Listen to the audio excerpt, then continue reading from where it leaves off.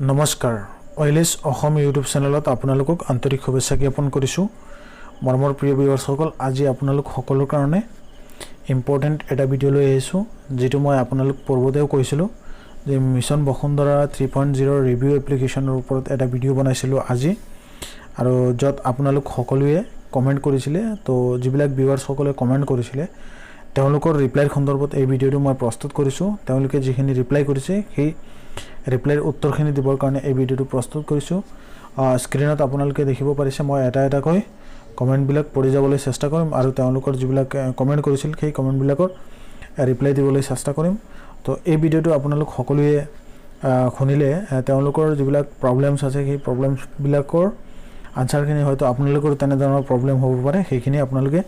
জানিব পাৰিব বা ইনফৰমেশনখিনি জানিব পাৰিব তো আহক মই প্ৰথম কমেন্টলৈ যাব বিচাৰিছো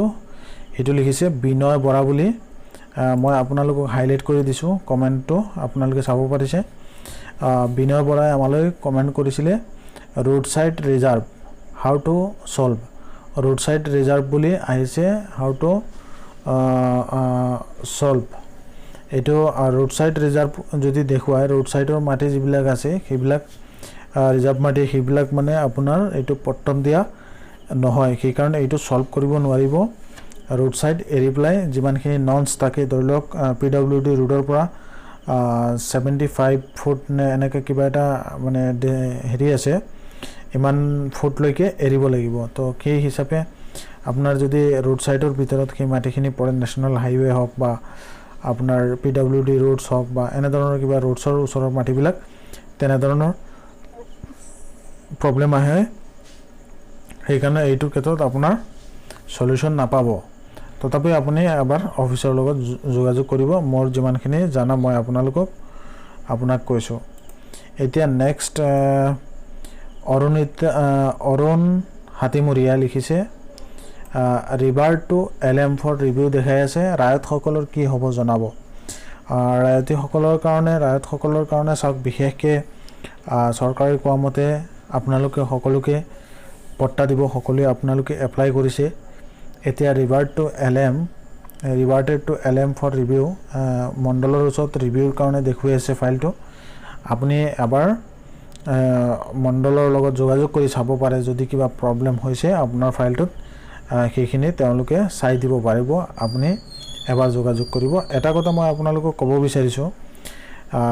যিমান মানুহে এপ্লাই কৰিছে বা যিবিলাকে শুনি আছে এইটো বিষয় লৈ পেলাই তেতিয়াহলে আপোনালোকে এইখিনি বিষয় লৈ পেলাই এবাৰ অফিচৰ লগত যোগাযোগ কৰিব আপডেট থাকিব কিবা এটা বস্তু যদি ধৰলক থাকি যায়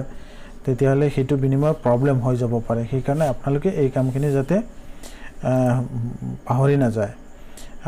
সিৰাজুল হক আৰু জনে লিখিছে এবাৰ ৰিভিউ কৰাৰ পিছত এডিসি টু ডিসি তো সাৰ্কেল অফিসত দেখুৱাই পিছত আকৌ ৰিভিউ দেখাই আছে তাৰমানে সেইখিনি প্ৰসেসখিনি চলি আছে গতিকে আপুনি ওয়েট কৰক নিশ্চয় কিবা এটা ৰিজাল্ট পাব এইটো বিষয় লৈ প্লে হেলো ইণ্ডিয়া বুলি এটা ইউটিউব চেনেলৰ পৰা লিখিছিলে পেন্ডিং অফিচাৰ উইথ মণ্ডল দেখুৱাই আছে 2 মাহৰ পৰা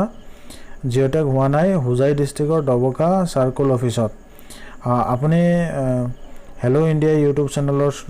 মালিক যিজন আপোনাৰ নামটো তো নাজানো যে হওক বাৰু আপুনি কমেন্ট কৰিবচোন এই ভিডিঅ'ৰ তলত আপোনাৰ নামটো কি হ'ব নামটো কি আৰু আপোনাৰ যদি এটো পেন্ডিং অফিচাৰ উইথ মণ্ডল দেখুৱাই আছে 2 মাহৰ পৰা জিঅ'টেক হোৱা নাই এটো আপুনি সাৰ্কেল অফিচৰ লগত আপোনাৰ যিজন মণ্ডল আছে তেওঁৰ লগত যোগাযোগ কৰিব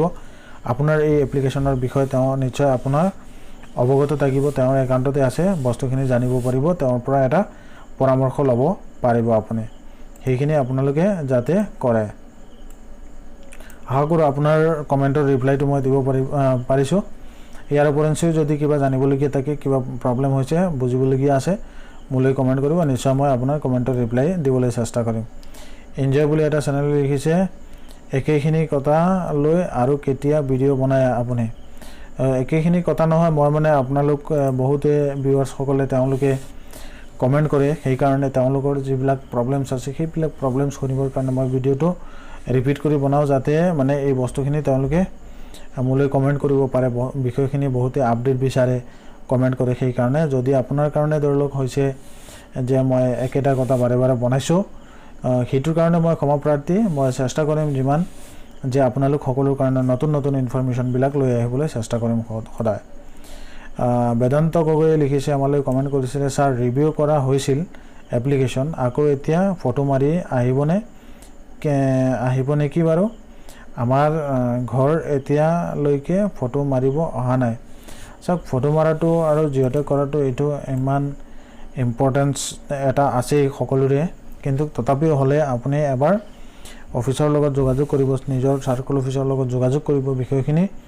জানিবলৈ চেষ্টা কৰিব নিশ্চয় যদি কিবা জিঅ'টেগ বাকী থাকে কিবা এটা প্ৰব্লেম হৈছে এনেকাও হৈ যাব পাৰে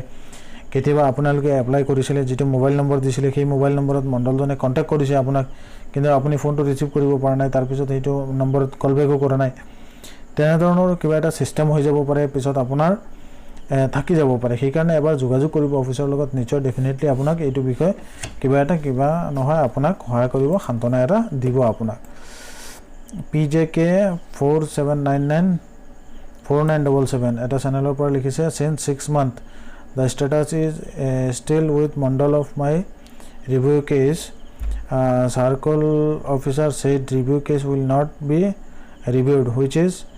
evident as when you open the home page Mission Basundhara you can check the case disposal in which review case disposal till now 0 তাৰ মানে যিমানবোৰ মানুহে ৰিভিউ কৰিছে এতিয়ালৈকে কাকো কেছ ডিসপোজাল কৰা নাই